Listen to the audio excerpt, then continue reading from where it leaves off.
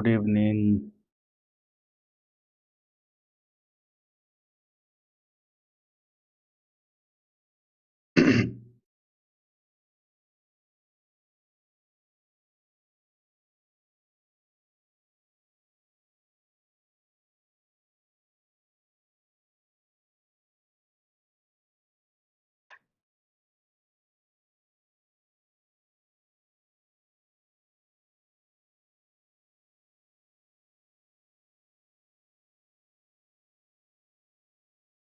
We'll wait for another 1 or 2 minutes and then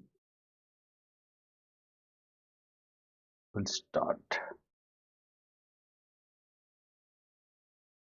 Punima, good evening. Ajiz, Ahmad, good evening.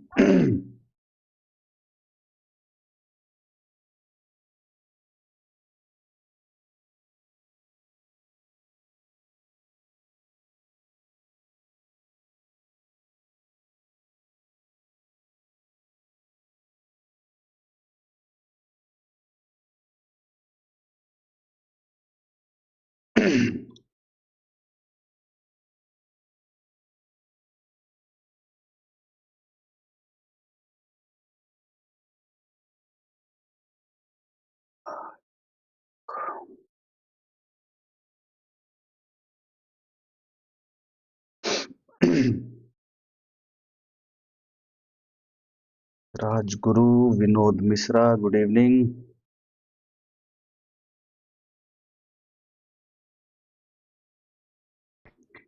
One more minute and then we'll start. I know that लोग come join करेंगे may be because of Sunday और last कई week से नहीं हो पा रहा है बिकॉज ऑफ सम रीजन. अजीज बताता हूँ अभी बजट का शेयर मार्केट पे क्या इफेक्ट हुआ है. रोलर कोस्टर राइड टाइप का था आज का, बट इसके बारे में बात कर देंगे. तो I think we should start now.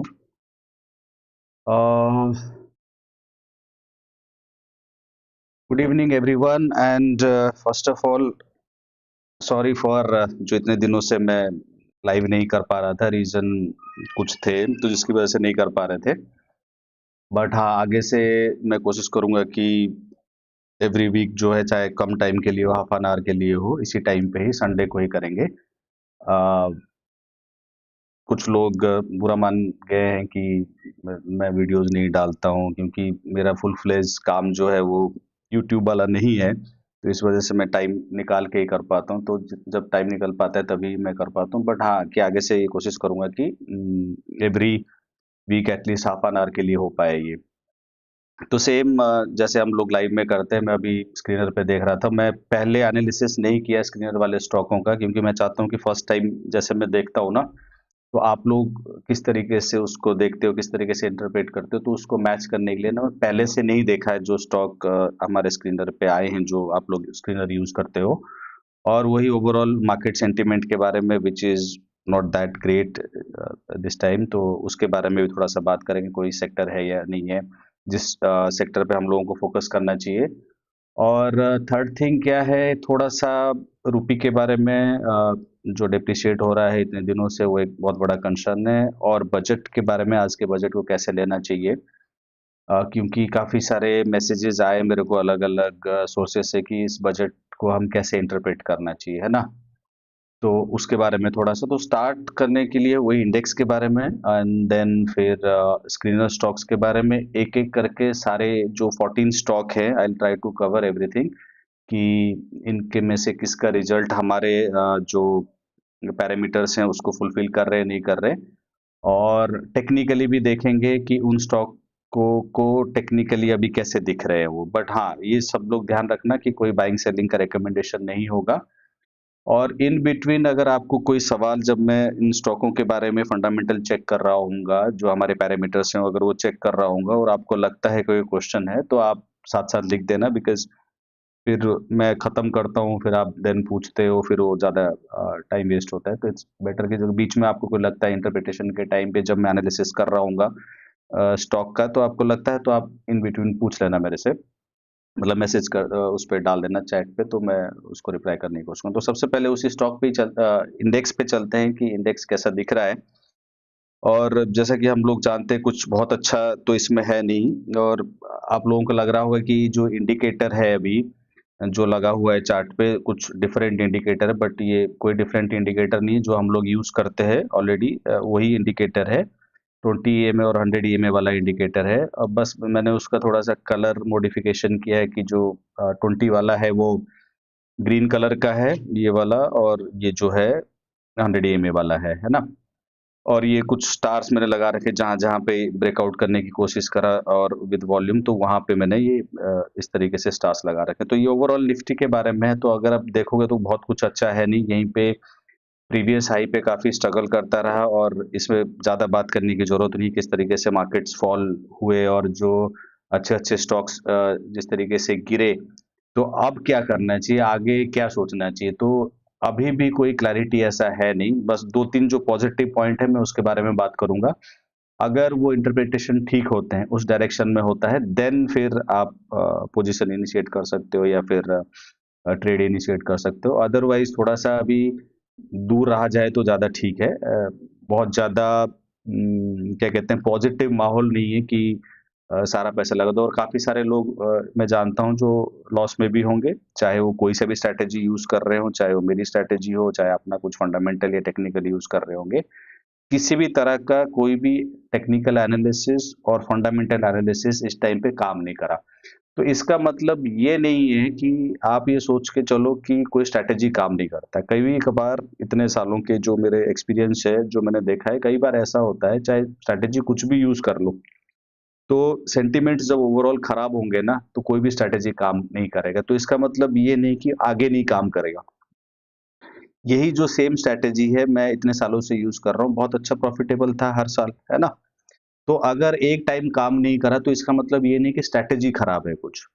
Fundamentally इन स्टॉकों में, जिन स्टॉकों के बारे में लास्ट क्वार्टर में हम लोगों ने बात करा, इनमें से फंडामेंटली कोई चेंजेस नहीं हुए हैं।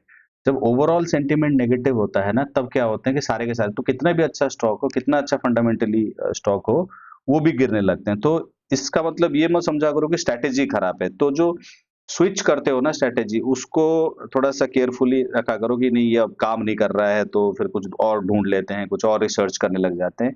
यही सेम स्ट्रैटेजी 4-5 साल से अच्छा काम कर रहा था। 1 साल या 6 महीने से अगर नहीं काम कर रहा है, तो इसका मतलब ये नहीं कि स्ट्रैटेजी में कमी है कुछ। स्ट्रैटेजी प्रॉपर्ली फॉलो करो। 1 क्वार्टर में नहीं हुआ, या लास्ट के 2 क्वार्टर्स में अगर ज़्यादा अर्न नहीं कर पाए, सेम स्ट्रैटेजी से आगे वाले आने वाले टाइम में अच्छा रिटर्न कमा सकते हैं। तो स्ट्रैटेजी को चेंज करने की कोई ज़रूरत नहीं, और ना ही मैं कोई मॉडिफ़िकेशन के बारे में सोच रहा हूँ कि ये हटा दूँ, या फिर ये ऐड कर दूँ, या फिर ये वाला टेक्निकल देखना चाहिए, क्योंकि ये होता है। जब इस तरह के टाइम पीरियड आता है ना, तो सब लोग क्या करते हैं, अपने स्ट्रैटेजी में कमियाँ ढूँढने की कोशिश करेंगे कि नहीं-नहीं कुछ और शायद मुझे पैरामीटर्स में ऐड करना चाहिए फंडामेंटल चेक करते टाइम, या फिर कुछ लोग ऐसा सोचते हैं कि नहीं, कोई टेक्निकल इंडिकेटर ऐसा कुछ होली ग्रेल टाइप का मिल जाएगा, उसको फॉलो करना चाहिए। मैं टेक्निकल इंडिकेटर दूसरा देखने लग जाता हूँ, कोई ज़रूरत है नहीं वैसे। आपको ये जो 2 क्वार्टरों का जो प्रॉब्लम्स है ना, जब थोड़ा ठीक होने लगेगा ना, तो फिर लगेगा कि नहीं-नहीं वो ठीक है, स्ट्रैटेजी तो ठीक है, वो थोड़ा उस टाइम पे ऐसा कुछ था। इसीलिए इस तरह के चीज़ों से बचने के लिए ना स्टॉप लॉस बहुत ज़रूरी है। तो मैं हर वीडियो में यही बात करता हूँ कि स्टॉप लॉस चाहे पोर्टफोलियो लेवल पे हो, चाहे आपके स्टॉक लेवल पे हो, स्टॉप लॉस होना बहुत ज़रूरी है। तो अगर किसी के पास स्टॉप लॉस होगा, जो हमने पोर्टफोलियो बनाया था, उसके बारे में भी थोड़ा-सा बात करेंगे। जो हमने पोर्टफोलियो बनाया था, उसमें स्टॉप लॉस एक बार 8% हिट हुआ, जब हमने इनिशियली बनाया था उसी के 1 हफ्ते में। फिर उसके बाद क्या हुआ, 10% हिट हुआ। तो अब 8% हिट होने पे निकलने के बाद फिर दोबारा तो हम नहीं बना लेते, और मान लो अगर ये 10% हिट हुआ, तो तब भी हम दोबारा नहीं बनाते। तो 10% कैपिटल लॉस करके अगर आप बड़े ड्रॉडाउन से बच जाते हो ना, तो वो भी एक बहुत अच्छी चीज़ है। तो इसलिए स्टॉप लॉस को बहुत ज़्यादा मैं वो करता हूँ कि नहीं, स्टॉप लॉस होना चाहिए। स्ट्रैटेजी चाहे कितनी भी अच्छा हो ना, अपना कैपिटल प्रोटेक्ट होना चाहिए, बिकॉज़ आप बहुत ज़्यादा अगर लॉस पे हो जाओगे 20-30% के टाइम, तो फिर आप उसको रिकवर करने के लिए 2 क्वार्टर लगा दोगे। तो इट्स बेटर कि 10% लॉस पे निकलो, फिर नेक्स्ट टाइम कर सकते हैं। तो निफ्टी के बारे में जो मेरा व्यू है, मुझे लगता है कि ज़्यादा से ज़्यादा अगर गिरेगा, तो ये जो 100 ईएमए के आसपास आना चाहिए, वीकली बेसिस पे है, तो यहाँ पे आना ये जो कैंडल्स इतने गिरे हैं, जो फॉल हुआ है ना, ये बड़ा अनएक्सपेक्टेड टाइप का था, ऐसे किसी ने इंटरप्रेट नहीं किया था, क्योंकि इतना भी खराब नहीं था मार्केट की इस तरह के फॉल आ जाए। बट हाँ, अभी एक लग रहा है कि प्रीवियस लो के आसपास अगर सपोर्ट लेगा वो लेगा, नहीं तो मुझे जो मेरा वो है थॉट कि ये 100 ईएमए के आसपास जो है लेना चाहिए। अब रीजन क्या है कि अगर आप प्रीवियसली भी देखोगे ना, तो ये ऐसे करता रहा, बहुत गिरते रहे और यहीं के आसपास आके ना इसने सपोर्ट लेके फिर ऊपर गया था। एक रीज़न मैं वो बता रहा हूँ, ये नहीं कि 100% या फुल प्रूफ हो। तो अगर वो गिरता है, मान लो मार्केट्स गिरते हैं थोड़े से और इस लेवल पे आते हैं और यहाँ से अगर आपको पॉजिटिव कैंडल्स दिखते हैं, तो वो थोड़ा-सा क्या होगा कि वहाँ से आप लोग धीरे-धीरे बाइंग करना स्टार्ट कर सकते हो। 100% कैपिटल ना लगा के आप 20% कैपिटल लगाओ, फिर 20% कैपिटल लगाओ।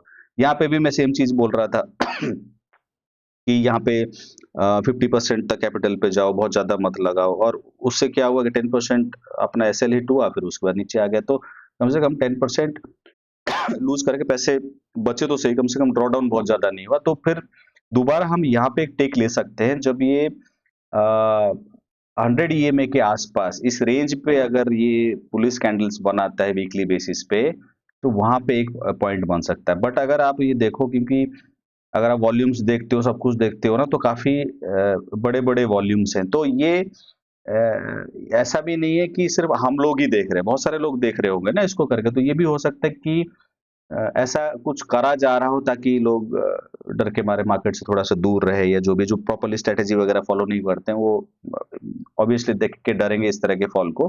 बट हाँ, जो मैं इसमें कंक्लूज़न ये बोलना चाह रहा हूँ कि 100 ईएमए के आसपास अगर 1-2 कैंडल वीकली बेसिस पे पॉजिटिव कैंडल दिखते हैं, तो उस वहाँ पे थोड़ा-सा पोज़ीशन इनिशिएट कर सकते हैं। शर्त ये है कि स्टॉक्स जो है स्क्रीनर वाले होने चाहिए और उनके फंडामेंटल्स बहुत होने चाहिए। जिस तरीके से हम लोग देखते हैं, वैसे ही अगर सारे क्राइटेरिया फुलफिल कर रहे हो, तब ले सकते हैं। Similar kind of analysis mid cap में भी है।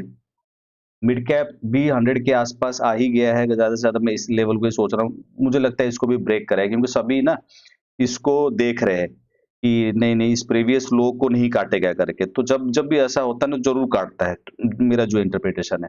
तो हो सकता है काटेगा फिर 100 ईएमए के आसपास, अगर यहाँ पे भी सेम सिमिलर काइंड ऑफ जैसे जिस तरीके से लास्ट टाइम हुआ था, अगर इसके आसपास इस तरह के कैंडल्स बनते हैं या बहुत ज़्यादा पॉजिटिव पॉजिटिव मूव्स दिखते हैं या बड़े-बड़े बुलिश कैंडल्स दिखते हैं, तो फिर ये भी दोनों चीज़ें अच्छी। तो निफ्टी और मिड कैप वाले में ये दोनों चीज़ों को इस तरीके से देखते हैं। अभी किसी सेक्टर के बारे में बहुत कुछ ना कुछ बुलिश हूँ मैं, ना कुछ बियरिश हूँ, तो अगर नेक्स्ट वाले वीक तक मुझे कोई लगता है कि हाँ, कोई ये सेक्टर आउट परफॉर्म कर सकता है, तब मैं ज़रूर उसमें बता दूँगा। बट हाँ, कैपिटल गुड्स पे ध्यान रखना है। इन टर्म्स ऑफ बजट में बोल रहा हूँ, बजट में जो आज कुछ बोला है कि इतना ज़्यादा कैपेक्स करा जाएगा, तो उससे उसी की वजह से ना ये जो आप वीकली कैंडल देख रहे हो ना, देखो कैपिटल गुड्स के बारे में मैं 2 क्वार्टरों से बात करता आ रहा हूँ। बट दोनों दोनों क्वार्टर से क्या हो रहा है ना, कैपिटल गुड्स परफॉर्म नहीं कर रहे। बट अगर इस वीक का आप देखते हो कैंडल जो अभी मैं दिखा रहा था, अगर आप इस कैंडल को देखते हो ना, काफ़ी अच्छा बुलिश कैंडल है ये और ये वीकली बेसिस पे है और 100 ईएमए के आसपास है। तो कैपिटल गुड्स को लेके ना थोड़ा-सा आप लोग जो कैपिटल गुड्स से रिलेटेड जो स्टॉक आएँगे ना आपके स्किनर पे, उनको थोड़ा-सा ध्यान रखना है और अगर आपको लगता है कि फंडामेंटली बहुत अच्छा है और कैपिटल गुड्स से रिलेटेड है, तो उस पे थोड़ा-सा आप फ़ोकस करके रह सकते हो। मेटल पहले तो जहाँ से हम लोग बोल रहे थे वहाँ से तो बहुत अच्छा परफ़ॉर्म किया, but I don't like these kind of candles at the top, जो इस तरह का कैंडल मेटल में हुआ है। जैसे आप लोग शायद 2 हफ्ते पहले या जब भी हुआ था हमारा सिल्वर और उसके बारे में पूछ रहे थे, सिल्वर और गोल्ड के बारे में। और मुझे जितने मेरे जो सर्कल में लोग हैं वो भी सिल्वर गोल्ड के बारे में पूछते रहते हैं, हमें क्या करना चाहिए, सिल्वर में क्या करना चाहिए? मैं अभी भी तभी भी उनको अवॉइड करने के लिए बोलता था और अभी भी अवॉइड करने के लिए बोल रहा हूँ, क्योंकि वो भेड़-चाल वाली strategy, everybody is talking about gold and silver, तो ज़रूरी नहीं कि तुम भी उसमें जाके घुस जाओ और एक्सपेक्ट करो कि बहुत अच्छा कुछ रिटर्न आ जाए। इस लेवल पे तो बहुत अच्छा रिटर्न नहीं आ सकता। तो यू कैन सी कि कभी 20% ऊपर हो जाता है, कभी 30% डाउन हो जाता है एक-एक हफ्ते में ना।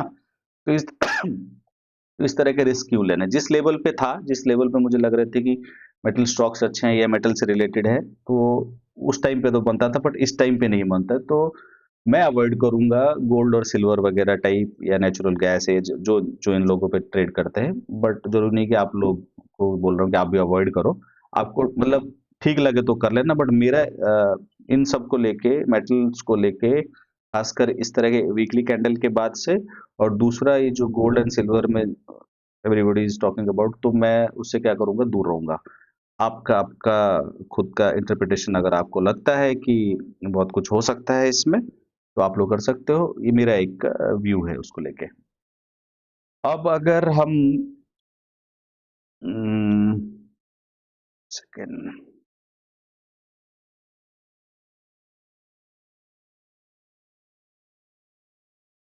ऑटो की बात करते हैं। तो ऑटो में मैं इसलिए अब कह रहा हूँ कि ठीक है, ऑटो अच्छा परफ़ॉर्म किया, और ऑटो का जो रिटर्न है इन लास्ट 2 क्वार्टर्स में ठीक-ठाक था। चाहे इंडेक्स लेवल में बहुत अच्छा परफ़ॉर्म नहीं कर रहा था, बट ऑटो स्टॉक्स जो है ना बड़ा अच्छा, जैसे फोर्स मोटर वगैरह हमारा फ़ेवरेट हुआ करते थे।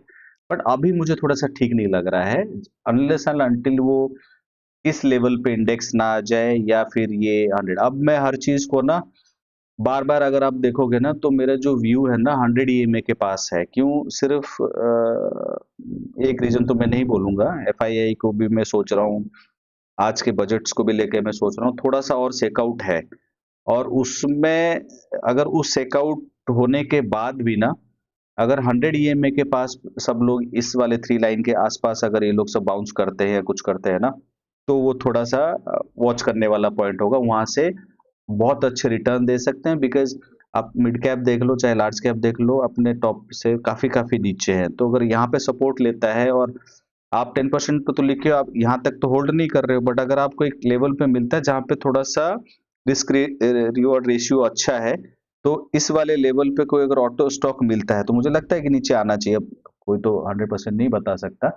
अगर यहाँ पे नीचे आता है ना, और यहाँ पे आपका कोई स्टॉक है जो ऑटो से रिलेटेड था और अच्छा फंडामेंटल डिक्लेयर किया, तो यहाँ के आसपास ना एक रिस्क लिया सकता है। अभी भी वही तीनों सेक्टर के बारे में बात कर रहा हूँ मैं। Metal I will avoid going forward, auto और कैपिटल गुड्स के बारे में। अगर एक सेक्टर मुझे अच्छा लग रहा है, जब तक मुझे वो कंफर्मेशन थोड़ा-सा नहीं लगेगा, जो मेरे मेरे पैरामीटर्स हैं, जिस तरीके से मैं ओवरऑल सेक्टर को देखता हूँ, अगर मुझे उससे रिलेटेड जब तक कुछ ठीक नहीं लगेगा ना, तब तक मैं उसके बारे में नहीं बोलूँगा फिर, क्योंकि मैं सेक्टर के बारे में बात करता हूँ, तो उससे रिलेटेड स्टॉक्स भी आप लोग देखने लगते हो। तो कंफर्मेशन मैं खुद बता दूँगा कि हाँ, वो सेक्टर पे थोड़ा देखना चाहिए, नहीं देखना चाहिए। और टाइम बिंग कैपिटल गुड्स थोड़ा-सा रहेगा मेरा फ़ोकस, और ऑटो को लेके रहेगा, तो मेटल से थोड़ा-सा दूर रहो। चाहे वो बहुत अच्छा वो आ रहे हों, उसपे क्या कहते हैं, स्टॉक्स आ रहे हैं। लास्ट क्वार्टर में भी इतने कुछ अच्छे स्टॉक नहीं थे, मेटल से रिलेटेड हमारे स्क्रीनर पे। तो उसको अभी भी अवॉइड कर सकते हैं, बस इससे दोनों से रिलेटेड थोड़ा-सा देख लो। और आईटी के बारे में अभी मुझे नहीं बोलना सही रहेगा, तो नेक्स्ट वाले में मैं बात कर लूँगा, है ना? तो ये तो था ओवरऑल इंडेक्स के बारे में। थोड़ा-सा आईएनआर के बारे में बात करते हैं। अगर आप उसको देखोगे, अभी भी बहुत ज़्यादा डेप्रिशिएट हो रहा है, पता नहीं। अब यहाँ पे हम लोग बात कर रहे थे 3-4 वीक, थोड़ा-सा ठीक रहा 2-3 वीक, तो तब थोड़ा-सा मार्केट थोड़े बुलिश होने लग गए थे। बट उसके बाद भी और ऊपर जा रहा है, पता नहीं कहाँ तक जाएगा, 95 चले जाए, 93 चले जाए। क्योंकि ये नो स्काई ज़ोन में है, कहीं तक भी जा सकता है, वी डोंट नो। बट हाँ, अगर ये वापस आने लगे, या किसी एक रेंज पे आने लगता है, या फिर 20 ईएमए के आसपास आने लगता है ना, तो आप देखोगे कि जो मिड कैप स्टॉक्स है ना, या फिर जो भी लार्ज कैप स्टॉक्स हैं, मिड कैप तो आउट परफॉर्म करेंगे ऑब्वियसली, बिकॉज़ उनका थोड़ा बढ़ने का रेट भी ज़्यादा ही होता है, और गिरने का रेट भी। बट ये अगर रूपी की तरफ से कुछ भी पॉजिटिव साइन आता है ना, तो इससे बड़ा इम्पैक्ट आएगा स्टॉक को लेके। तो इसलिए रूपी को भी थोड़ा-सा ट्रैक करना है, कि अगर ये नीचे आने लगते हैं, किसी एक लेवल के आस-पास आने की कोशिश करते हैं ना, और उस टाइम पे तुम्हारे पास अच्छे स्टॉक हैं, इंडेक्स थोड़ा-सा अच्छा परफॉर्म कर रहा है, तो पोज़ीशन इनिशिएट करने के लिए ठीक टाइम है। ये वही सारे स्टॉक हैं जिनको पहले हम फंडामेंटली देखेंगे, फिर उसके बाद हम टेक्निकली देखेंगे। कोशिश करूँगा थोड़ा जल्दी-जल्दी करने की। कुछ सवाल होगा तो आप लोग साथ-साथ पूछ लेना। तो ये हमारा स्क्रीनर है, जो हम लोग यूज़ करते हैं। पैरामीटर्स में मैंने कोई चेंज नहीं किया, जो वैसे ही जो पहले थे सारे वही हैं। ग्रोथ, सेल्स के जो पैरामीटर्स थे, या मार्केट कैप के, सब एज़ इट इज़ ही रखा हुआ है। कभी-कभी लोग आप लोग पूछते हो कि क्या कहते हैं, 25,000 अगर हम लोग कर लें मार्केट कैप, वो आपके ऊपर है। अगर आप 25,000 करके देखते हो, कोई 1-2 स्टॉक ऐसे आ जाते हैं, या 30,000 करके देखते हो इस वाले मार्केट कैप वाले पैरामीटर को, और आपको अच्छे स्टॉक आ जा रहे हैं फंडामेंटली, तो आप लोग कर सकते हो। बट फॉर एवरीबॉडी और कि जिस तरह के स्टॉक मैं देखता हूँ तो उसमें मेरे लिए 20,000 का ठीक है, क्योंकि अभी भी 20,000 और 2,000 के रेंज में ना 14 स्टॉक्स आ रहे हैं, तो और थोड़े से आ जाएंगे। अभी तो जनवरी 30 मतलब फेब स्टार्ट ही हुआ है बिल्कुल, तो अभी भी अच्छे स्टॉक आ सकते हैं। तो किसी को लगता है तो इसी पे ही ज़्यादा चेंज करना है, इन सबको ज़्यादा छेड़ने की ज़रूरत नहीं है। सबसे पहला स्टॉक में टिप्स म्यूजिक के बारे में 2 क्वार्टरों से आ रहे हैं, बट फिर भी हम लोग बात मतलब मैं उसको ज़्यादा अच्छा नहीं मानता इसको। मुझे लगता है कि टिप्स म्यूजिक का जो स्टोरी है ना, वो थोड़ा-सा हो चुका है टाइप का। ऐसे भी ज़रूरी नहीं है कि मैं सही होऊँगा करके। फिर भी हम लोग देख लेते हैं। आरओसी, आरओई पहले से ही बहुत अच्छा है, हर क्वार्टर में हमें अच्छा दिखता है ये। और quarter on quarter sales growth देख लो, प्रॉफिट ग्रोथ देख लो, ठीक-ठाक है, बहुत कुछ एक्स्ट्रा ऑर्डिनरी टाइप का नहीं है। और बट जबकि वाई-वाई देखते हो तो ठीक है। और मार्जिन्स इसके पहले से ही बहुत अच्छे हैं, तो अभी भी अच्छे हैं। तो इसको अगर चार्ट को मैक्स करके देखते हैं जिस तरीके से हम लोग देखते हैं, थोड़ा-सा मुझे ये लग रहा था जब मैं टिप्स का चार्ट देख रहा था तो इस वाले लेवल पे ना ये थोड़ा सपोर्ट लेने की कोशिश कर रहा है। फंडामेंटली नंबर्स तो ठीक-ठाक आ ही रहे हैं करके। और एक अच्छी इंटरेस्टिंग चीज़ बताऊँगा तुम्हें टिप्स में, जो जब हम टेक्निकल एनालिसिस करेंगे, इस वाले लेवल को ना थोड़ा-सा प्रोटेक्ट करने की कोशिश कर रहा है। अगर यहाँ पे छोटा-मोटा अगर किसी को रिस्क लेगा तो ठीक है। हाँ, कोई बाइंग सेलिंग रिकमेंडेशन नहीं है, पर टेक्निकली वो बहुत अच्छा नहीं, पिछले क्वार्टरों में भी तो बहुत अच्छे रिजल्ट्स थे, है ना? स्क्रीनर पे भी आते थे। बट ये देखो फॉल देखो 3 क्वार्टरों से तो गिरे जा रहा है ये। तो ज़रूरी नहीं है कि इस बार नंबर अच्छे देख के होगा, क्योंकि मुझे इसका जो ओवरऑल स्टोरी है ना, उस पे ज़्यादा भरोसा नहीं है इस चक्कर में। और ज़्यादा इसमें देखने की ज़रूरत नहीं है, हाईएस्ट सेल्स है, मार्जिन भी सबसे हाईएस्ट है आज तक का, शायद नहीं, आज तक 82% एक बार था, तो 79% है। प्रॉफिट 59 अगर आप देखते हो तो ये हाईएस्ट है ना? यहाँ पे अगर 59 ये हाईएस्ट है, उसके बाद एनुअल लेवल पे भी नंबर सारे हमारे पैरामीटर फुलफिल कर रहे हैं। और प्रॉफिट भी हाईएस्ट है, इसमें ऐसा कुछ मुझे लग नहीं रहा, बोरोइंग्स में कोई इशू है नहीं, कैश फ्लोज भी पॉजिटिव है। मतलब अगर आप नंबर्स के फ्रंट पे देखोगे ना, तो सारे पैरामीटर फुलफिल कर रहे हैं। बट मुझे 1-2 चीज़ें लगती है कि इसका जो स्टोरी है इतना कुछ खास नहीं बचा, फिर भी नंबर्स पता नहीं कैसे आ रहे हैं, वो अलग बात है। और प्रमोटर्स भी थोड़ा-थोड़ा मतलब 75 से तो बाद में चलो बेचने लगे, अलग बात है। पब्लिक के पास बहुत अच्छा खासा है, 23%। मुझे पता है ये रीज़न क्या हो सकता है, जब टिप्स के अच्छे नंबर्स वगैरह आने लगे थे 21 या 20 के आसपास से, वहाँ से जो पब्लिक होल्डिंग है ना, वो काफ़ी अच्छा बढ़ने लग गया था। थोड़ा-सा वहाँ से कॉशियस हो जाना चाहिए था, बट स्टिल अभी भी आप देखते हो ना, तो ऐसा कोई रिटर्न बहुत ज़्यादा नहीं देता। पहले दिया था, बट लास्ट 3 क्वार्टर्स में आया है नहीं है, तो I still avoid tips music. तो स्किनर पे आना आया है, नंबर ठीक है, बट सिर्फ एक ही चीज़ मुझे ठीक लग रहा है कि ये जो प्रीवियस वाला हाई है, अगर उसको अच्छे से होल्ड करता है, उसको नहीं काटता है, तो छोटा-मोटा रिस्क कोई ले सकता है। अगर आपके फंडामेंटल और टेक्निकल क्राइटेरिया पे आता है, या आपके जिस तरीके से आप लोग एनालिसिस करते हो, उस पे आता है, तो देख सकते हैं, अदरवाइज़ इसको अवॉइड करना चाहिए। सिलचर टेक में भी कुछ सीज़नैलिटी हो सकता है, एक बार चेक करना पड़ेगा, मुझे इतना याद नहीं है, क्योंकि क्वार्टर ऑन क्वार्टर और सेल्स और प्रॉफिट नेगेटिव हैं। आरओसी, आरओई पहले से भी मतलब इतना ही हुआ करते हैं, इसी रेंज में ही रहता है, तो कोई इसमें बड़ी बात नहीं है। पर हाँ, वाई-ओ-वाई के रिटर्न्स ठीक लग रहे हैं, और इसको मैक्स करके देखते हो तो नंबर्स तो शायद पिछली बार भी अच्छे थे इसके, बट स्टिल ये काफ़ी ज़्यादा गिर रहे हैं। और ये जो एक छोटा-मोटा लो था इसका, उसको काट के 3000 के आसपास थोड़ा-सा कोशिश कर रहा है ये सपोर्ट लेने की। बट एक चीज़ है, मैंने जो तुमको सबको बोला है अभी, कि कैपिटल गुड्स का है और इसको ध्यान रखना है। फिर भी फंडामेंटल और देख लेते हैं आगे क्या है। अगर आप क्वार्टरली वाले पे देखते हो, इसमें सीज़नैलिटी तो मुझे नहीं दिख रहा है, क्योंकि हमेशा सितंबर से दिसंबर का क्वार्टर अच्छा ही होता है। लास्ट 23 में ये था, और इसमें भी देखते हो सितंबर से दिसंबर अच्छा था, और सेल्स के टर्म्स में ये फ्लैट है। सीज़नैलिटी नहीं लग रहा है इसमें, मार्जिन्स ठीक हैं, अलग बात है, और प्रॉफिट भी कोई हाईएस्ट नहीं है। तो क्राइटेरिया तो हमारे फुलफिल नहीं कर रहे हैं, प्रॉफिट हाईएस्ट नहीं है इसमें। और अगर एनुअल लेवल पे भी देखते हो, तो एनुअल पे तो अच्छा खासा नंबर है, जो मार्च वाला नंबर था, और मार्जिन भी ठीक है। एनुअल लेवल पे सारे पैरामीटर फुलफिल कर रहे हैं। बोरोइंग्स में कोई इशू नहीं है, जीरो है ये, और कैश फ्लोज पॉजिटिव हैं। सिर्फ प्रॉब्लम कहाँ लग रही है, सेल्स जो है वो फ्लैट है, और सेल्स फ्लैट होने की वजह से ना हाईएस्ट रेवेन्यूज हैं, मतलब नेट प्रॉफिट नहीं है हाईएस्ट, और ओपीएम जो है 31% है। वो ठीक चीज़ है कि लास्ट वाला को मेंटेन करा हुआ है इसने, बस सेल्स वगैरह जो है फ्लैट फ्लैट है। सारे पैरामीटर तो फुलफिल नहीं कर रहे, एक ही चीज़ है सिर्फ, ये कैपिटल गुड्स का है, नजर रखना पड़ेगा टेक्निकली इसको। एंड थर्ड है स्वराज इंजन, ये हर बार हर क्वार्टर में आ रहा है ये हमारे उसमें, quarter on quarter sales drop है, पर वाई वाई ठीक लग रहा है, 37% 39%। बट ये देखना पड़ेगा कि सीजनलिटी है या नहीं है। स्वराज इंजन के साथ क्या है, एक पॉजिटिव चीज़ है कि सब लोग जो गिरे ना, ये इतना नहीं गिरा करेगा, इस लेवल पे थोड़ा सा हमें देखना पड़ेगा कि 3000-3500 के आसपास पे कैसे रिएक्ट कर रहा है ये। बट उससे पहले फंडामेंटल्स इसके अच्छे होने चाहिए। अभी सीजनैलिटी है या नहीं कैसे पता चलेगा, क्योंकि लास्ट क्वार्टर से इस क्वार्टर का सेल ड्रॉप है ना?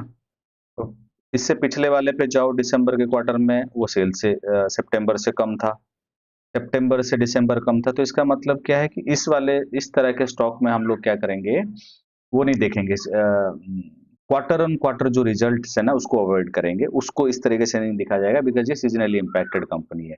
मार्जिन्स 14 से 13 हुआ, विच इज ओके, इसको देख सकते हैं, मतलब ये कोई बहुत बड़ी प्रॉब्लमेटिक वाली चीज नहीं है। और ऑब्वियसली प्रॉफिट हाईएस्ट नहीं होगा क्योंकि इसमें सीजनैलिटी है, तो हमारे पैरामीटर फुलफिल कर रहा है क्योंकि ये सीजनली इम्पैक्टेड कंपनी है। अगर आप एनुअल देखते हो, सब बढ़िया है, मार्जिन्स ठीक हैं, प्रॉफिट भी हाईएस्ट है, एनुअल सारे पैरामीटर फुलफिल कर रहा है, बोरोइंग्स ठीक है इसके, बहुत ज़्यादा नहीं है, कैश फ्लोज भी ठीक हैं, पॉजिटिव कैश फ्लोज हैं, ऑपरेटिंग कैश फ्लोज। और अगर आप प्रोमोटर होल्डिंग देखते हो, कोई कुछ नहीं बेच रहा है बिल्कुल, चाहे एफआईआई हल्का सा थोड़ा सा बेचा है जिसको डीआईए ने खरीदा, बट कोई ड्रास्टिक सेल नहीं है इसमें, तो ये देख सकते हो। बस हाँ, एक चीज इसमें ये है क्योंकि talk of the town type का स्टॉक है, तो इसलिए 35% के आसपास पब्लिक के पास है, ये थोड़ा सा हल्का सा कंसर्न है, अदरवाइज सारे पैरामीटर ये फुलफिल कर रहा है। और अटलांटा इलेक्ट्रिक, बहुत अच्छा क्वार्टर ऑन क्वार्टर प्रॉफिट और quarter on quarter sales, ROE वगैरह भी ठीक है, और वाई वाई भी ठीक लग रहा है। अगर हम टेक्निकली देखते हैं, बहुत ज़्यादा चार्ट है नहीं, अगर इतना अच्छा रिजल्ट है तो रिएक्ट भी नहीं कर रहा है, क्योंकि रिजल्ट तो काफ़ी दिन पहले आ गया होगा, तो रिएक्ट नहीं कर रहा, और ये अपने लिस्टिंग वाले जो प्राइस है उससे कम पे ट्रेड कर रहा है, तो इसी तरीके से जो टेक्निकली होते हैं मैं उनको अवॉइड करता हूँ। तो ऐसा कोई खास नहीं लग रहा है टेक्निकली ये। और अगर आप एनुअल देखते हो, एनुअल में भी नंबर हमारे पैरामीटर्स फुलफिल नहीं हो रहे हैं, कभी जो नहीं, सॉरी, एनुअल तो नहीं है, मैं कुछ गलत देखा शायद, एक सेकेंड। हाँ, टेक्निकली ठीक नहीं, पहले क्वार्टरली देख लेते हैं, क्वार्टरली में नंबर्स ठीक है, क्वार्टर ऑन क्वार्टर भी अच्छा ग्रोथ है। अब इसका दिसंबर वर्सेस अगर दिसंबर जून सितंबर, तो ये भी ठीक है, मार्जिन्स ठीक है, इम्प्रूव हो रहे हैं, और ये भी हाईएस्ट है प्रॉफिट, एनुअल लेवल पे भी ठीक है, प्रॉफिट हाईएस्ट है। नंबर के टर्म्स में तो ठीक लग रहा है ये, मैनिपुलेटेड भी हो सकता है क्योंकि बहुत इतने मार्केट कैप के 5000 करोड़ की मार्केट कैप है। बस ये है कि कैपिटल गुड्स का है ये, जो अभी ऊपर देखा हमने। बोरोइंग्स ठीक नहीं है क्योंकि अगर आप सेल देखते हो, 1244 करोड़ की सेल है, एनुअल सेल, जिसमें से 362 है, मैं 10% तक का, क्योंकि बोरोइंग जो है सेल का 10% के आसपास होना चाहिए, 10% से ज़्यादा है, थोड़ा सा ये कंसर्न है। और कैश फ्लोज पॉजिटिव हैं, और अगर एफआईए वगैरह को देखते हो, बस ये एक चीज़ ये बड़ी अच्छी दिख रही है कि प्रमोटर के पास बहुत अच्छा होल्डिंग है, एफआईए भी होल्ड कर रहा है, डीआई भी होल्ड कर रहा है, और पब्लिक के पास है नहीं, क्योंकि इतना ज़्यादा लोगों को इसके बारे में सुना नहीं होगा, नाम में भी इसकी वजह से होगा। बाकी मुझे टेक्निकली खराब लग रहा, बट फंडामेंटल सारे के जो नंबर्स है ना, वो हमारे सारे क्राइटेरिया फुलफिल कर रहे हैं। थोड़ा सा टेक्निकल पे अगर इतना अच्छा होता तो ये अभी से कुछ करने लगता है, ठीक है, मार्केट सेंटीमेंट खराब है, रिजल्ट का इम्पैक्ट तो आना ही चाहिए था इस पे। वो सारे हैं आज क्राइजैक, क्वार्टर ऑन क्वार्टर अच्छा ग्रोथ है, वाई वाई भी ठीक है। चार्ट्स पे देखोगे किसी के चार्ट्स आजकल तो ठीक नहीं लग रहे हैं, बट इस तरह के चार्ट भी खराब ही होते हैं, जो इस मतलब ठीक ऊपर तो कभी होना चाहिए था इस तरह का, बट ये अपने लिस्टिंग वाले प्राइस से भी कम है। हाँ, जो ये इससे पहले वाली हमने कंपनी देखी थी एटलांटा इलेक्ट्रिक, अपने प्रीवियस हाई के आसपास अगर वो ब्रेकआउट करते हैं तब बहुत अच्छा माना जाएगा, क्योंकि नंबर्स बहुत अच्छे हैं। क्राइजेक के साथ भी सेम होगा। टेक्निकली ठीक नहीं लग रहा है, मैं बहुत ज़्यादा डिटेल पे नहीं जाऊंगा इसमें, फिर भी देख लेते हैं एक बार। इस क्वार्टरली ही ये फुलफिल नहीं कर रहा है हमारे पैरामीटर, क्योंकि मार्च में 25 में हाईएस्ट हुआ करता था, तो इसको अवॉइड कर सकते हैं। और प्रूडेंट एडवाइजरी कंपनी है, टेक्निकली ठीक लग रहा है। अगर क्वार्टर ऑन क्वार्टर देखते हो तो 7% का ग्रोथ है, वाई वाई ठीक ग्रोथ है। फंडामेंटल्स अगर क्वार्टरली हम लोग देखते हैं तो 343 है, इससे पहले कभी था नहीं, तो हाईएस्ट है ये। और मार्जिन्स 23% है, जो कि फ्लैट है पहले जैसे ही, 23 24 25 के रेंज में ही रहता है। और प्रॉफिट भी हाईएस्ट है। ये इसका मार्केट कैप कितना है, 9000 करोड़ का। ठीक है, फाइनेंशियल सर्विसेज का है ये। एनुअल देखते हैं तो नंबर्स ठीक हैं, 26% हाईएस्ट मार्जिन भी है, मतलब मार्जिन 26 डिसेंट है लास्ट ईयर के हिसाब से, क्योंकि ड्रास्टिक फॉल है नहीं, पर सेल्स हाईएस्ट है और प्रॉफिट भी हाईएस्ट है। बैलेंस शीट में अगर बोरोइंग्स देखते हैं which is okay compare to the net sales, the sales numbers और प्रॉफिट नंबर। और अगर हम प्रोमोटर होल्डिंग देखते हैं थोड़ा कम है 55%, बट हमारे पैरामीटर तो 50 के ऊपर कहता है। बट एफआईआई बहुत अच्छा होल्ड कर रहा है, अगर आप देख रहे हो तो ये एक अच्छी चीज है। एडवाइजरी कंपनी जैसे मोतीलाल का है, या फिर एक बड़ा अच्छा हुआ स्टॉक होता है, याद नहीं आ रहा मुझे, वो सारे जो है ना, आनंद राठी टाइप, तो इस तरह के थोड़े नंबर्स अच्छे आ रहे हैं, तो इसको ट्रैक कर सकते हैं। बट हाँ, फंडामेंटल सारे पैरामीटर मोस्टली ये फुलफिल कर रहा है, तो ट्रैक पे डाल सकते हैं इसको। और टेक्निकली देखो, इतने बड़े फॉल में ना ये कुछ खराब नहीं हो रहा है, ये तो वॉच लिस्ट में इसको कंसिडर कर सकते हैं। Hawkins cookers quarter on quarter कोई खास ग्रोथ नहीं है, बट वाई वाई ग्रोथ अच्छा है। आर ओ सी वगैरह बहुत अच्छा है। अगर हम को मैक्स करके देखते हैं, बड़ा ट्रेंडिंग स्टॉक है, टेक्निकली बहुत अच्छा। इस तरह के जो ट्रेंडिंग स्टॉक होते हैं अच्छे माने जाते हैं। कोई बैंक सेलिंग रिकमेंडेशन नहीं है, बट ध्यान रखना है बस इसको। क्वार्टर ऑन क्वार्टर अगर हम देखते हैं, ये हाईएस्ट है अभी तक का सेल्स मार्जिन, मतलब 14% 15% के रेंज में रहता है। प्रॉफिट भी हाईएस्ट तो 34 पहले हुआ करता था। रीजन ये है कि 17% के मार्जिन पे था, ये 15% के मार्जिन पे है। वन ऑफ तो मुझे ऐसा कुछ दिख नहीं रहा, थोड़ा सा देखना पड़ेगा इसको। टैक्स का भी हो सकता है, बट टैक्स भी 26% था, तो कोई रीजन हो सकता है कि जिस ओपीएम इसमें कम है। नहीं, इसमें 15% ओपीएम है, इसमें 14% था, बट इसको मतलब ठीक माना जाएगा, खराब नहीं मानेंगे इसको, है ना। क्वार्टरली नंबर्स ठीक है, हाईएस्ट ना हो नेट प्रॉफिट तब भी। सेल्स अगर एनुअल देखते हो तो वो भी हाईएस्ट है, प्रॉफिट ठीक है, मार्जिन्स भी ठीक है। और अगर हम जाते हैं बोरोइंग्स पे, बोरोइंग्स में 60 करोड़ का अगर मतलब इसके एनुअल सेल के हिसाब से ठीक है 60 crore. Cash flows positive, promoter holding ठीक है, एफआईआई भी अच्छा होल्ड कर रहा है, गवर्नमेंट कर रहा है, डीआई भी कर रहा है। नंबर्स ठीक लग रहे हैं इसके, कोई बैंक सेलिंग रिकमेंडेशन नहीं, बट नंबर ठीक है, टेक्निकली भी ठीक है ये। सिग्निटी के बारे में पिछली बार अभी हम बात कर चुके हैं। क्वार्टर ऑन क्वार्टर सेल्स में ऐसा कुछ है नहीं, देखते हैं सीजनली इंपैक्टेड कंपनी तो नहीं है। अगर हम मैक्स करके देखेंगे टेक्निकली तो अच्छा दिख रहा है सिग्निटी।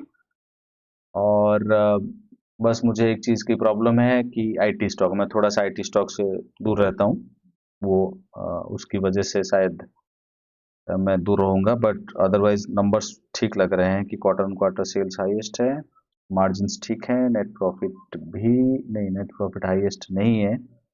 अब क्या रीजन है, अदर इनकम का रीजन है। 20 हुआ करता था, 10 हुआ, जिसकी वजह से फर्क है, बट इसको कंसिडर करा सकते हैं कि ठीक नंबर है करके। प्रॉफिट्स हाईएस्ट ये सब ठीक है। बैलेंस शीट में बोरोइंग्स भी ठीक है, cash flows positive, promoter holding 1% कम हुआ, एफआईआई की होल्डिंग अच्छी है, मतलब नंबर्स ठीक है लग रहे हैं मुझे इसके, बहुत अच्छे नहीं है बट ठीक है, प्रॉफिट में ही थोड़ा सा कंसर्न लग रहा था बट ठीक है, बस एक ही प्रॉब्लम मेरे कि आईटी से रिलेटेड स्टॉक है, मैं थोड़ा सा आईटी से दूर रहता हूँ। ट्रांसफॉर्मर से रिलेटेड वोल्ट एएमपी टाइप के स्टॉक बहुत अच्छा हुआ करते थे बट इस तरह का अगर आप फॉल देख रहे हो तो काफी बुरा फॉल है। और आरओसी ठीक है, क्वार्टर ऑन क्वार्टर प्रॉफिट ठीक है, और अगर हम देखेंगे रिजल्ट के बाद ये कुछ ज़्यादा ही गिरा का, किसी ने मुझे पूछा भी था कहीं से मैसेज करके, बट मैं शायद रिप्लाई नहीं कर पाया। वैसे नंबर तो ठीक लग रहे हैं, टेक्निकली बहुत खराब है ये। एंड अगर हम क्वार्टरली जाते हो तो वैसे पैरामीटर ये फुलफिल कर रहा है, 17 19 15 इसके रेंज में रहता तो ये ठीक है। नेट प्रॉफिट हाईएस्ट है, सेल्स ठीक है, एनुअल नेट प्रॉफिट भी ठीक है, मार्जिन्स ठीक हैं, नंबर्स तो ठीक लग रहे हैं बट टेक्निकली बहुत खराब रिएक्ट किया है। बोरोइंग्स है 366, मतलब इसका 10% बनता है 200 के आसपास, तो 10% से ज़्यादा है फिर भी चलेगा ये इसको, क्योंकि 20-25% के ऊपर तो नहीं है कम से कम एटलीस्ट। कैश फ्लोज पॉजिटिव हैं इसके, ये रहे, और प्रमोटर होल्डिंग ठीक है, पहले कभी कुछ बेचा था, ये थोड़ा कंसर्न लग रहा है। अब यहाँ पे प्रॉब्लम है, अगर आप नोट करो कि एफआईआई की जो होल्डिंग है वो 11 से 7 हो गया। हमने क्या बात करा था कि एफआईआई अगर बेच रहा है तो खरीद कौन रहा है ना, अगर डीआईआई खरीद रहा है तो ठीक है, बट इसमें एफआईआई तो बेच रहे हैं बट इसको डीआई भी नहीं खरीद रहे, डीआई भी बेच रहे, बट खरीद कौन रहा है, पब्लिक खरीद रहा है। अब पब्लिक के पास जब इस तरह के ट्रांसफर होता है ना ऑफ इक्विटीज, तो थोड़ा मेरे लिए कंसर्न होता है, तो इसलिए मैं इसको अवॉइड करूंगा। ठीक है, नंबर्स ऑल्दो ठीक लग रहे थे। डुडला डेयरी के नंबर्स क्वार्टर ऑन क्वार्टर ठीक है, वाई वाई भी ठीक लग रहे हैं, इसके नंबर्स तो अच्छे डिक्लेयर होते हैं बट ये पता नहीं क्यों परफॉर्म नहीं करता। ओके, सो आगे देखते हैं नंबर्स कैसे हैं इसके। नंबर्स ऐसा कुछ, मतलब क्वार्टर ऑन क्वार्टर या तो सीजनलिटी होगा इसमें, हाँ सीजनलिटी है कि दिसंबर का सितंबर से कम होता है हमेशा, दिसंबर के साथ अगर ये फ्लैट है तो इसका मतलब सेल्स में अच्छा माना जाएगा ये। मार्जिन प्रेशर है इसमें 10-11%, बट 9-8 के रेंज में ही लास्ट के कई क्वार्टरों में, तो इसको भी कंसिडर कर सकते हैं। प्रॉफिट भी ऐसा कोई एक्स्ट्रा ऑर्डिनरी नहीं है बट हाँ कि इससे ज़्यादा है, जबकि सीजनलिटी के हिसाब से कम होना चाहिए, तो 69 ठीक है। और सेल्स, एनुअल सेल्स ठीक है, ओपीएम प्रॉफिट मार्जिन भी ठीक है, और borrowings 42 which is okay compared to the sales। Cash flows positive है, लास्ट क्वार्टर में प्रॉब्लम था, अभी ठीक है। प्रोमोटर होल्डिंग और एफआईआई, देखो इस तरह के सिनारियोस चलेंगे। अब एफआईआई बेच रहे हैं, टीआई ने ले लिया जितना बेच रहे हैं, एटलीस्ट पब्लिक के पास नहीं है, पब्लिक का थोड़ा सा कम हुआ है, तो ये ठीक माना जाएगा, इसको थोड़ा सा अच्छे से इंटरप्रेट कर लेना। नंबर्स ठीक लग रहे हैं डुडलर डेयरी के, फंडामेंटली ठीक है, कोई बैंक सेलिंग रिकमेंडेशन नहीं है। DOMS industries quarter on quarter कुछ खास नहीं है बट वाई वाई बहुत अच्छा लग रहा है, तो हमें देखना पड़ेगा कि इसमें सीजनलिटी है या नहीं है।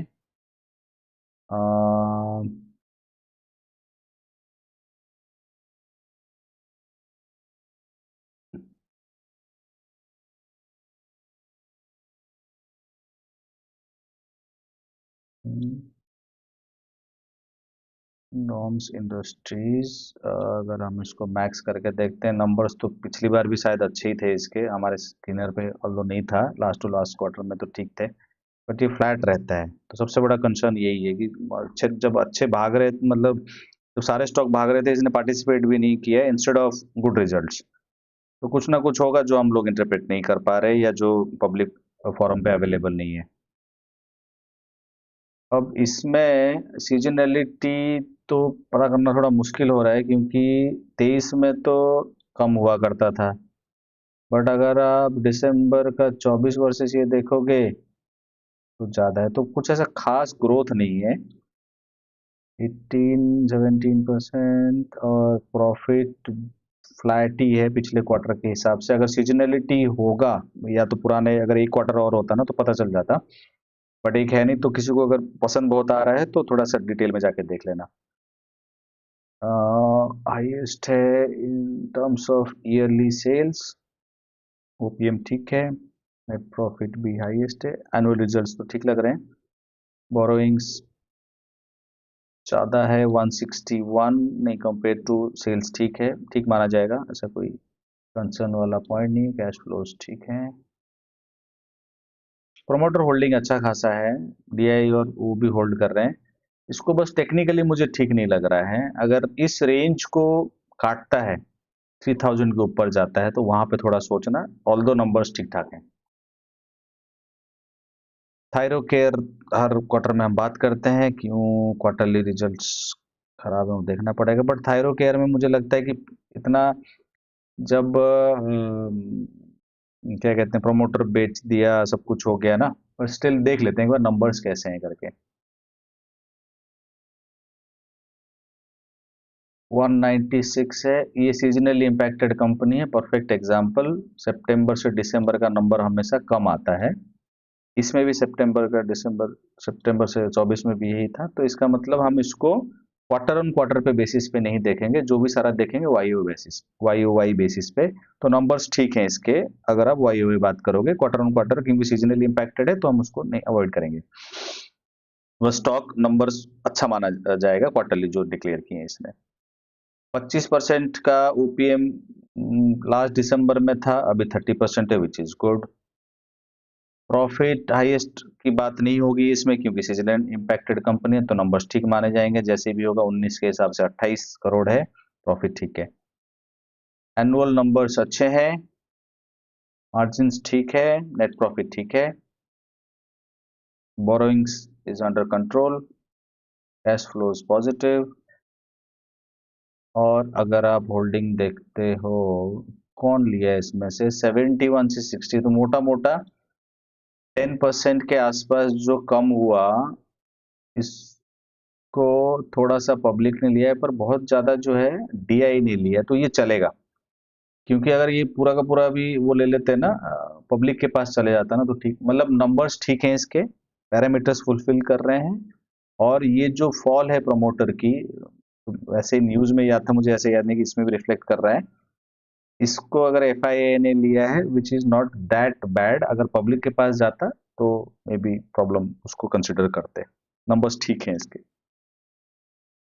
मयूर यूनिकोट, इसको देखते हैं, क्वार्टर ऑन क्वार्टर कोई खास नहीं है, बट वाई वाई सेल्स ठीक लग रहे हैं, प्रॉफिट भी अच्छा लग रहा है, 2000 करोड़ की मार्केट कैप है इसकी, मैक्स करके देख लो। इस फॉल में नहीं गिर रहा है तो आउट परफॉर्म कर रहा है, तो ये भी एक पॉइंट है, टेक्निकली ठीक है। और अगर हम इसके सेल्स देखते हैं, 237 highest, profit highest, sir income है 53 करोड़, प्रॉफिट भी हाईएस्ट है, ओपीएम भी ठीक है, सेल्स भी ठीक है। 190, प्रॉफिट भी हाईएस्ट है एनुअल लेवल पे, borrowings is okay, 9 crore 7 crore की, कैश फ्लोज भी पॉजिटिव हैं। शेयर होल्डिंग पैटर्न में ऐसा कुछ एक्स्ट्रा ऑर्डिनरी चीज नहीं है, तो इसको देखा जा सकता है इन टर्म्स ऑफ फंडामेंटली, इसको आप वॉच लिस्ट में ट्रैक कर सकते हो। तो ये सारे स्टॉक थे जो स्क्रीनर पे आए हैं, और उसमें से कुछ ठीक लगे कुछ ठीक नहीं लगे, बट हाँ, इसका जो कंक्लूजन है, जो सीजनली इम्पैक्टेड एक दो कंपनी थे जिनके नंबर्स क्वार्टर ऑन क्वार्टर के बेसिस पे ठीक लग रहे हैं, और दूसरा टेक्निकली जो आपको ठीक लगेगा ना, वो आप उसको मतलब कुछ ऐसे हैं ना जिनके नंबर्स अच्छे आ रहे हैं और अपने लिस्टिंग प्राइस से नीचे हैं, उनको तभी ट्रैक करना स्टार्ट करना जब वो अपना प्रीवियस हाई को काटेंगे, है ना। अभी कोई ऐसा रिस्क लेने की जरूरत नहीं, हमें बॉटम नहीं पकड़ना है, बॉटम के चक्कर में मत रखा रहा करो, थोड़ा महंगा ले लेना, कोई दिक्कत नहीं। फंडामेंटली अच्छा, टेक्निकली अगर वो ठीक दिखेगा तभी हम उसमें पोजीशन इनिशिएट करेंगे। और एक दो चीज मुझे दिखाना था जो थोड़ा सा हो सकता है उसको पॉजिटिव मान लो नेगेटिव मान लो, अब क्या ही करेंगे, अभी कुछ पता नहीं एफआईए का क्या होगा नहीं होगा। ये ना मंथली कैंडल्स हैं, तो अभी तक तो मंथली जो ब्लू वाले कैंडल्स है ना, ये जो डार्क ब्लू वाले कैंडल हैं, ये एफआईआई की नेट एक्टिविटी है, वो थोड़ी कम हो रही थी, है ना। अब दिसंबर में भी कम हुआ, जनवरी में ना एटलीस्ट थोड़ा सा पॉजिटिव साइड में दिख रहा है। अभी इसको पूरा अच्छे से इंटरप्रेट नहीं करना, फेब के डिसीजन देखने पड़ेंगे। अगर आप ये तीनों कंपेयर करते हो लास्ट के 4 महीने में, तो एटलीस्ट थोड़ा बेच तो दिया था उन्होंने, इतना भी नहीं बेच रहे। नेट एक्टिविटी जो है ना, नेट सेलिंग जो एक्टिविटी है, इतना ज्यादा नहीं है। जनवरी ऐसा मंथ है जिसमें थोड़ा सा ना पॉजिटिव दिख रहा है। अगर फेब में ऐसा कुछ होता है कि इनिशियल 4-5 डेज में आपको लगता है कि तो एफआईआई पार्टिसिपेट कर रहे हैं, किसी का मुझे मेरे पास सवाल भी था कि इस बजट को लेके एफआईआई क्या हो गया। देखो बजट्स में हो या जो भी फैलाया जा रहा है बजट्स के बाद कि बहुत कुछ अच्छा हो जाएगा बुरा हो जाएगा, सबको ना स्टेबिलिटी चाहिए। जो बजट्स का पे मेरा व्यू है, वो ऐसा कुछ बहुत ज्यादा नहीं हो गया कि लोग ना इसको खराब बजट मान लें या फिर इसके बाद मार्केट बहुत ज्यादा गिर जाएगा। तो मेरा ऐसा व्यू नहीं, अभी मेरे को और डिटेल में पढ़ना पड़ेगा, देखना पड़ेगा। बट मेरे लिए ना ये नो इम्पैक्ट टाइप का बजट है। बट अगर आप एफआईआईस की बात कर रहे हो या बड़े प्लेयर्स की बात कर रहे हो ना, तो सबको स्टेबिलिटी चाहिए। जो थोड़ी अनसर्टेनिटी है जियोपॉलिटिकल वाली, तो इस बजट से लेके वो स्टेबिलिटी पे कोई इम्पैक्ट नहीं आ रहा है। तो मैं इसको लेके कोई नेगेटिव न्यूज बजट के बाद ना बहुत ज्यादा गिरने लग जाएंगे, जिस तरीके से ट्विटर पे बात हो रही है, हर जगह बात हो रही है। तो मेरे मेरे थोड़ा सा ना पॉजिटिव बायस्ड रहूंगा मैं इस बजट को लेके। और मुझे लगता है कि थोड़ी सी हल्की सी स्टेबिलिटी के तरफ ये पॉइंट आउट कर रहा है ये वाला बजट। उससे क्या होगा, एफआईआई डीआई की एक्टिविटी, डीआई की तो इतनी नहीं होगी क्योंकि बेचारे तब से खरीदे जा रहे हैं जब एफआईआई बहुत अच्छा बेच रहे थे। बट हाँ, एफआईआई की पार्टिसिपेशन बढ़ना चाहिए। जो सब लोग बोल रहे हैं कि नहीं और ज्यादा बेचने लगेंगे इस बजट के बाद, ये हो जाएगा वो हो जाएगा, तो मेरा थोड़ा सा डिफरेंट व्यू है। वो कुछ दिनों बाद हो सकता है मैं गलत हूँ, बट कुछ दिनों बाद पता और ज्यादा कंफर्मेशन आ जाएगा। अगर वो और ज्यादा बेचने लगते हैं तो हमें पता चल जाएगा कि हाँ ठीक है, जो इंटरप्रिटेशन है वो ठीक है। तो बजट को लेके जो नेक्स्ट वाले में हो सकता है मैं थोड़े से और कुछ पॉइंट्स ऐड करूंगा। तो आप लोगों को क्या ध्यान रखना है कि निफ्टी 200 के ईएमए पे कैसे रिएक्ट कर रहा है।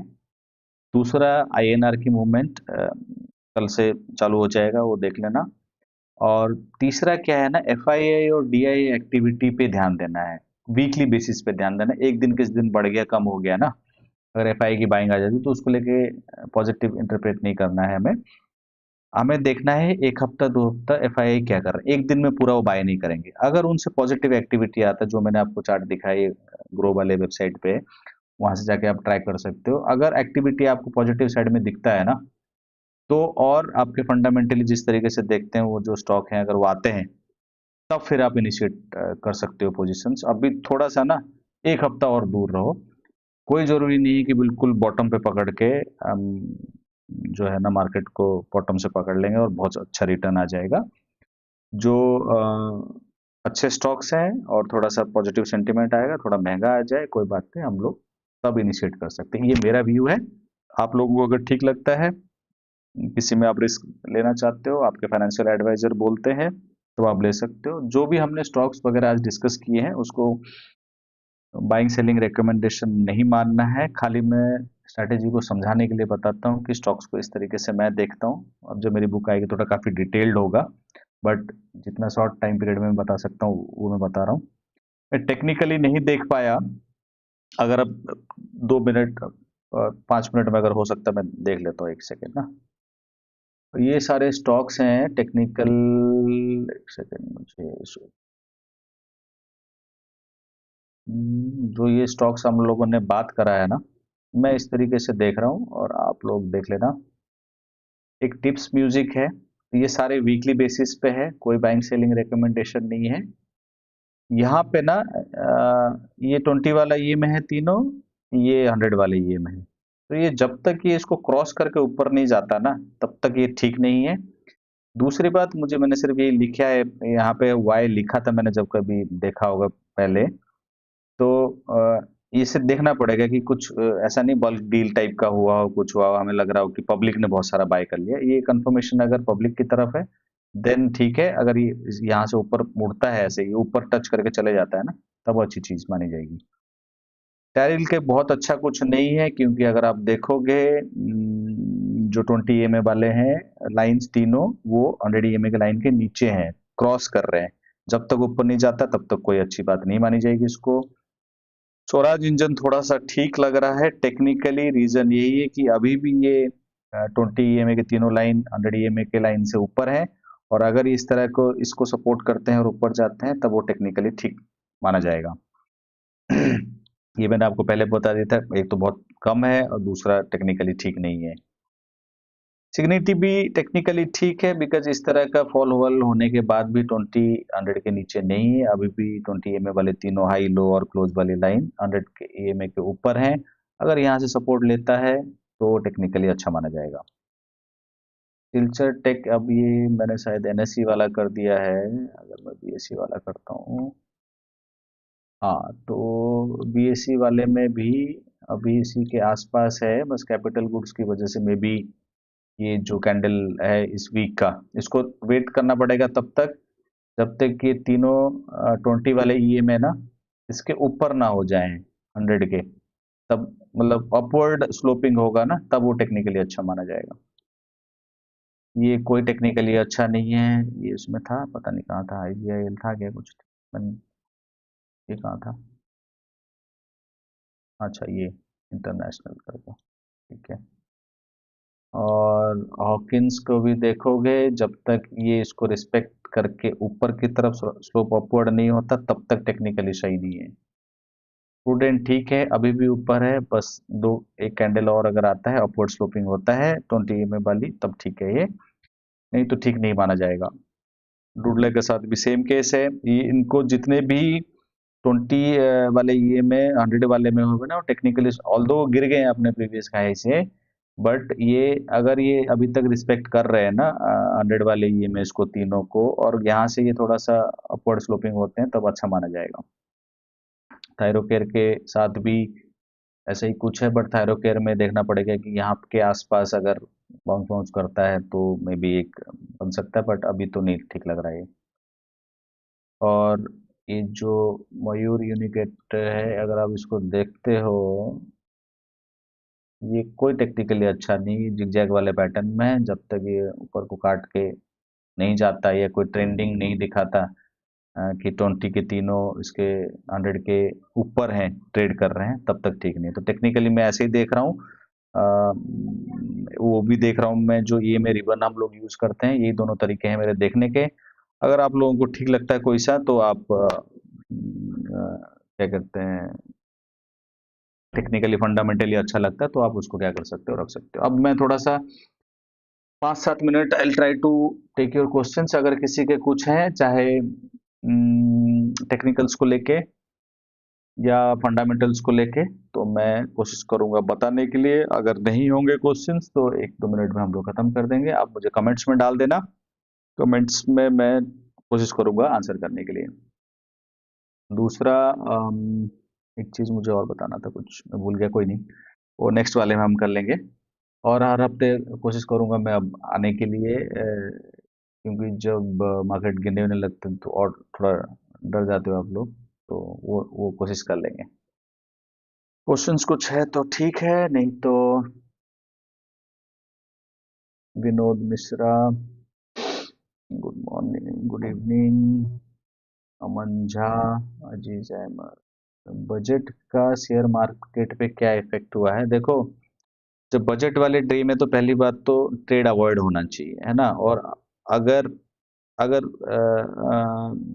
पॉजिटिव कुछ होता मतलब बहुत ज्यादा कुछ पॉजिटिव होता तब भी नहीं करना चाहिए बिकॉज वो उस टाइम की जो मूवमेंट होती है ना उसमें एसएलबी हिट होते हैं एक एक दिन में आज बीच में देखा कि मिड मिड कैप सारे 5-5 6-6% डाउन हो गए फिर उसके बाद देखा कि सब पॉजिटिव हो गए मतलब ब्रेक इवन के आसपास फिर उसके बाद देखा कि 3-4% डाउन हो गए बजट डे को तो वैसे दूर करना हाँ बजट मेरे लिए ना कोई कंसर्न वाली चीज नहीं है। मेरे को लगता है कि इससे थोड़ी स्टेबिलिटी आएगी मार्केट में। इस लेवल से मे बी बहुत ज्यादा वैसे बोलना नहीं चाहिए, थोड़ी सेंटिमेंट इंप्रूव होना चाहिए। डाउन साइड होगा, थोड़ा बहुत होगा, बट बहुत ज्यादा तो नहीं होना चाहिए। अजीज अहमद जी। Sajjan Singh good evening. Sunil good evening. Sir perform नहीं कर रहा है। देखो कोई भी स्टॉक परफॉर्म नहीं कर रहा है। अब तुम्हें खुशी के लिए बताता हूँ, जो मेरे स्टॉक है ना, वो भी परफॉर्म नहीं कर रहे। जो मैं जिनको बड़ा ढूंढ डांट के, बड़ा सोच समझ के, आप लोगों को लगता होगा कि मेरे पास जो स्टॉक होगा वो मार्केट को आउट परफॉर्म कर रहा है, या पोर्टफोलियो मेरा बहुत ज़्यादा पॉजिटिव होगा, या मैं लॉसेस में नहीं होता। ऐसा कुछ नहीं है पूर्णिमा। सबके एसएल हिट हो रहे हैं, सब मोस्टली लोग लॉस में है। बट हाँ, ये हो सकता है कि बाकी जैसे लोग 30-40% लॉस पे है, मैं इतना ज्यादा लॉस पे नहीं हूँ, कम पे लॉस हूँ। और आप लोगों ने अगर प्रॉपरली फॉलो किया होगा तो 10% से ज्यादा आप लोगों को भी लॉस नहीं होना चाहिए। सत्यम स्क्रीन नहीं दिख रहा है, पता नहीं। मेरे को तो बड़ा अच्छा इसमें दिखा रहा है कि वो बड़ा अच्छा है। क्या कहते हैं उसको, स्पीड एंड ऑल ना। पता नहीं, मैं तो अपलोड कर दूंगा, आप देख लेना। क्या नाम है इनका? सत्यम सिंह। सुब्रत जय जगन्नाथ। बहुत दिनों बाद आप लोगों का नाम पढ़ रहा हूँ मैं। हो गया मुझे लग रहा है काफी gap. I am sorry for that, और अगली बार से मैं करा करूंगा, है ना, क्योंकि कुछ फंस गए थे, नहीं तो मैं कर ही लेता। नीरज पाल। राम राम sir, please tell us how to read fundamental of gold and silver. भाई गोल्ड एंड सिल्वर के लिए ना, एक सज्जन है मेरे, दोस्त हैं, वो भी मेरे को पूछ रहे थे कि कैसे करना है। देखो, गोल्ड एंड सिल्वर के लिए ना आपको बहुत सारा मैक्रो एंगल को देखना पड़ेगा। वर्ल्ड में क्या चल रहा है, जियो पॉलिटिकल क्या चल रहा है, फ्लोज कैस जो फंड के फ्लोज हैं, किस इकोनॉमी में जा रहा है, क्या कर रहा है। तुम चाह के भी ना उसको इंटरप्रेट नहीं कर सकते। मैं इसलिए अवॉइड कर रहा हूँ उसको। ये तो सब लोग आजकल बात कर रहे हैं, आज से 6 महीने पहले देखो, या साल भर पहले गोल्ड वोल्ड के बारे में कोई बात ही नहीं कर रहा था। अब क्या है कि जब कोई चीज बढ़ने लगता है ना, अभी देखो रिलायंस 2 दिन बढ़ जाए 10-10%, तुम देखना पूरे मार्केट में ना रिलायंस की बातें हो रही होंगी, है ना। तो वही चीज है, बढ़ा है तो बात करें। कोई यहाँ पे एनालिसिस नहीं करके गोल्ड को बाय किया है, लकीली कोई लेके बैठा हुआ अलग बात है। मतलब 99% लोगों ने ना किसी से सुन लिया कि गोल्ड ले लो, और अधिकतर लोग ना, उन 99% में से 89% लोग ना फोमो में हैं। उन्होंने लिया नहीं है, उनको ये है कि अब ले लें, अब ले लें, अब लेंगे तो और गिरेगा तो फिर और रोने लग जाएंगे। तो मैं तो नहीं इंटरप्रेट कर पाता गोल्ड एंड सिल्वर के फंडामेंटल्स को, या मैं इतना भी ज्यादा नहीं मेरे पास समय है कि मैं ट्रैक कर पाऊंगा।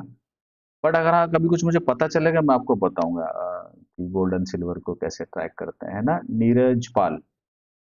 सज्जन सिंह भाई, प्लीज क्या आप पुराने कोई 2 स्टॉक जिसमें आपने एंट्री ली और उसमें एसएल हिट हुआ, ये आपका टारगेट हुआ, हिट हुआ, यूज उससे एक्सप्लेन कर सकते हो प्लीज। सज्जन अभी तो मैंने लास्ट कई वीडियोस में बता रखे हैं कि मैंने यहाँ लिया, मेरा एसएल हिट हो गया, इस तरह के, है ना। बट अगर आप कह रहे हो तो मैं नेक्स्ट वीडियो में ना मैं 2 नहीं 4 एग्जांपल ले लूंगा। 2 जिसमें मेरा एसएल हिट हुआ, 2 जिसमें मेरे टारगेट हिट हुए। इस क्वार्टर में तो बहुत कम है जो मेरे टारगेट हिट हुए, क्योंकि मैं 1:2 पे बात करता हूँ। तो 8% का अगर मेरा एसएल है तो मुझे 16-15-16% चाहिए। तो टारगेट तो मैं नहीं बोलूंगा, बट हाँ, मैं ऐसा हुआ होगा कि 10% पे निकल गया हूँ। या अगर मैं 8% ऐसे लेके चल रहा हूँ, looking at the overall scenario, मुझे अगर 8% मिल रहा होगा तब मैं एग्जिट कर गया हूँ। 1:2 वाला टारगेट तो मेरा कोई हिट नहीं हुआ है ना। जबकि एसएल बहुत सारे मेरे हिट हुए हैं। तो मैं 2 एग्जाम्पल इस रिसेंट क्वार्टर जो गया उस पर ले लूंगा, और 2 पुराना कोई ले लेंगे। आप लोगों को अगर उससे फायदा मिलेगा तो कर लेते हैं। तो पक्का सजन सिंह, मैं आपके ये वाले क्वेश्चन को याद रखूंगा, ठीक है। थायरो केयर की बात कर रहे हो? थायरो केयर में देखो, वो बताया ना मैंने कि प्रोमोटर ने कर दिया। बट थायरोकेयर ना इतनी कोई खराब कंपनी नहीं है ना। उनको लगा बहुत अच्छा, अभी बढ़िया अच्छा प्राइस मिल रहा है तो बेच के निकल जाओ। थायरोकेयर में जो होता है ना, टेस्टिंग वेस्टिंग अगर आप ग्राउंड लेवल पे देखोगे, वो कंपनी कभी बंद नहीं होने वाली, क्योंकि इतने चीप उस पे वो लोग टेस्टिंग वगैरह कर पाते हैं जो बाकी कंपनीज नहीं कर पाते। तो कई सारे फंडामेंटल्स उसके अच्छे हैं जो हमने देखा। थोड़ा टेक्निकली कभी कभी गड़बड़ा जाता है। अब जब आपके पैरामीटर फुल होंगे तब आप कर लेना इसको।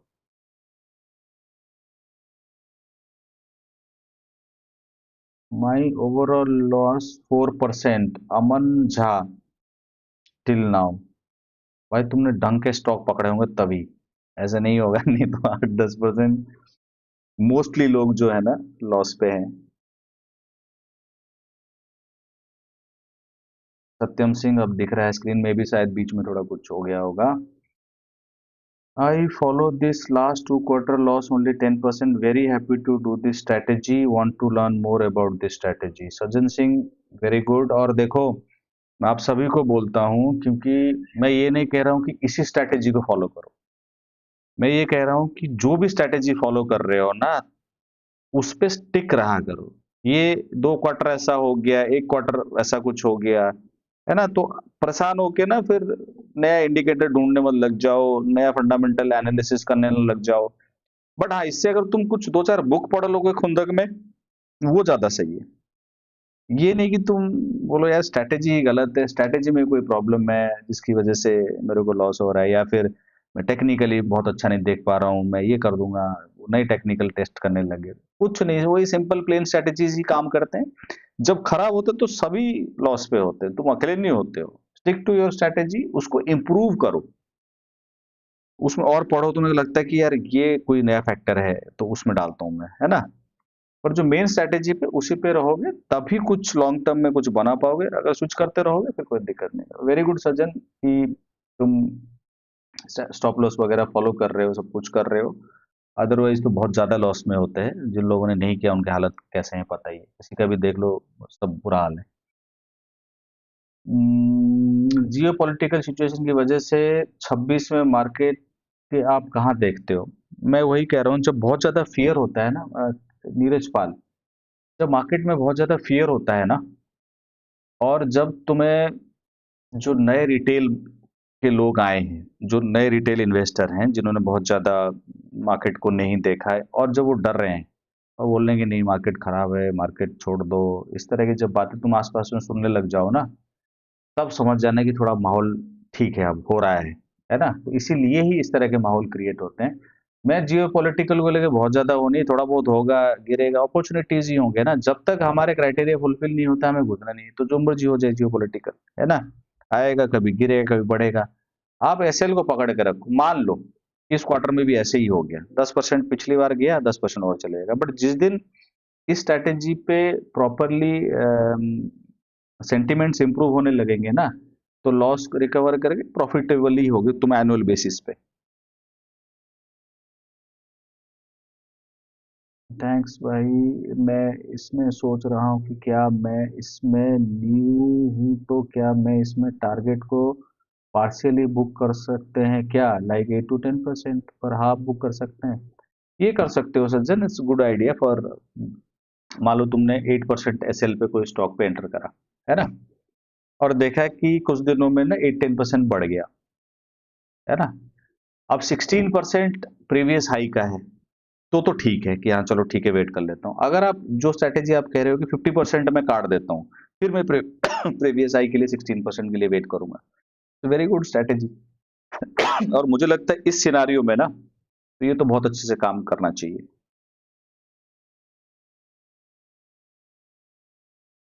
Subrat, it's been quite a long wait for your live session. Since update I have been coming regularly from your side. I hope everything going well. हाँ, सब कुछ बढ़िया है सुब्रत। न्यू जॉब में थोड़ा सा काम भी ज्यादा रहता है, और मैं थोड़ा कहीं और ऑक्युपाइड हो गया था। मुझे भी खुद अच्छा नहीं लग रहा था कि सब लोग उस मैसेज में पढ़ रहे थे कि आप आ नहीं रहे हो, आप फ्रीक्वेंटली वीडियो रिकॉर्ड नहीं करते हो। बट मैं करूँगा, अब से एवरी वीक हम लोग करेंगे सेम टाइम 7 to 8। अब मुझे लग रहा था इसलिए मैं 7 to 8 रखा, ताकि मैं थोड़ा फ्री हो जाता हूँ संडे। तो हम लोग इसको करेंगे, है ना। अदरवाइज ऐसा कुछ नहीं है कि कुछ प्रॉब्लमेटिक चीज़ें, सब एवरीथिंग इज़ फाइन। बस थोड़ा टाइम नहीं मिल रहा था, सिचुएशंस ऐसे थे। बट आई विल ट्राई कि every quarter, every week, every Sunday 7 to 8 हम लोग करेंगे, चाहे थोड़ा कभी कम टाइम क्या कर लिया करेंगे, half an hour so. Otherwise regularity पे फोकस रहेगा अभी, है ना। सुनील पी, ई पैक वेब स्टॉक में कमिंग और गोइंग ऑन आवर स्क्रीनर, वो मार्केट कैप की वजह से भी हो सकता है। और ई पैक फैब जो है ना, वो अगर मैं आपको ये दिखा पाऊँ, जो हमने पोर्टफोलियो डमी वाली बनाई थी, तो सबसे वाला प्रॉब्लमेटिक तो ई पैक पवी था, पैवी था। और 11%, अभी तो 13-14 कुछ दिख रहा था मुझे कुछ दिन में। तो जो ये सब गिरे ना, खाली फोर्स मोटर को छोड़ के तो सारे स्टॉक गिरे थे लास्ट क्वार्टर में, जो भी डमी पोर्टफोलियो हमने बनाया था। और 13% तक गया। तो अब ये नहीं कि हम खुंदक में पकड़ के रहो, नहीं। तो हमारी स्ट्रैटेजी अच्छी है, 10% आया, काट कूट के निकलो, दोबारा बना लेंगे। और अगर आप पकड़ के रखते हैं 15% के, 20% भी हो जाएगा, कुछ भी हो सकता है, किसी को नहीं पता। सबसे ज्यादा जो प्रॉब्लम दिया ना, इसने दिया है। अगर ये ऐसा नहीं होता, मे बी हम शायद 8% या 7 के आसपास होते हैं। मैं थोड़ा सा ये जो पोर्टफोलियो इस बार करेंगे ना, तो एक स्ट्रेटेजी और उसमें ऐड कर रहा हूँ, जब हम बनाएंगे मैं तब तब आप लोगों को बताऊंगा। और कोई सवाल नहीं है तो हम लोग खत्म कर सकते हैं, मोस्टली सवाल हो गए। और तो किसी का कुछ है नहीं, ठीक है। हम्म, ठीक है, आज के लिए इतना ही। मोस्टली मैंने सारे सवाल ले लिए हैं। और बजट्स को लेके बहुत ज़्यादा मत सोचा को, ये हो जाएगा, सब ठीक चल रहा है, कोई दिक्कत नहीं है। एवरी वीक मैं आया करूँगा, चाहे मैं हाफ एन आवर के लिए आऊँ।